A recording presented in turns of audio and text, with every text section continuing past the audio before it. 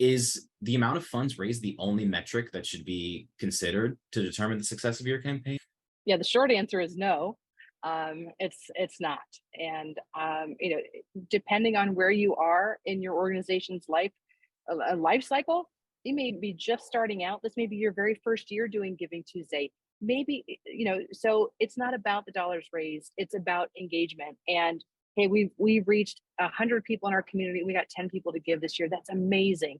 We raised X number of dollars. Is that the only driver of success? No, but you had a successful campaign that first year. The next year, are you building on that? Are you telling more stories? Are you getting more people involved? Do you have more volunteers coming to work at your organization?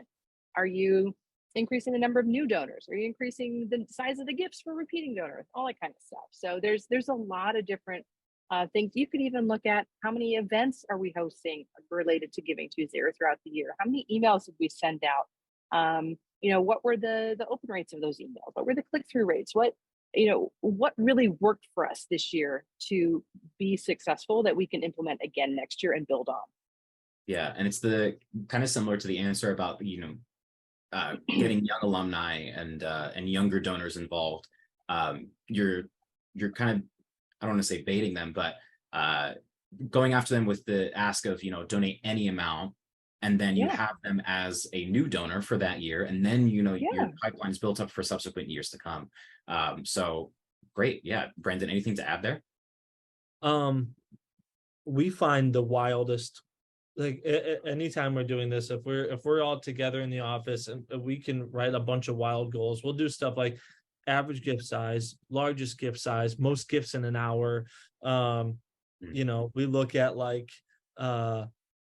anytime we'll say like, hey, anytime we get a gift of say $500 or more, we have a bell. It's like a big bell.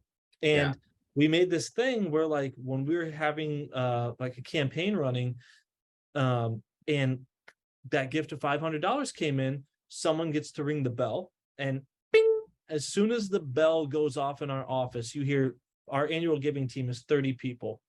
You hear 30 people go, woo! So we call it ding woo. We call it ding woo. It's like, hey, we got to get as many ding woos as we can today. And so like we find just things to make it so fun, because fundraising is hard, right?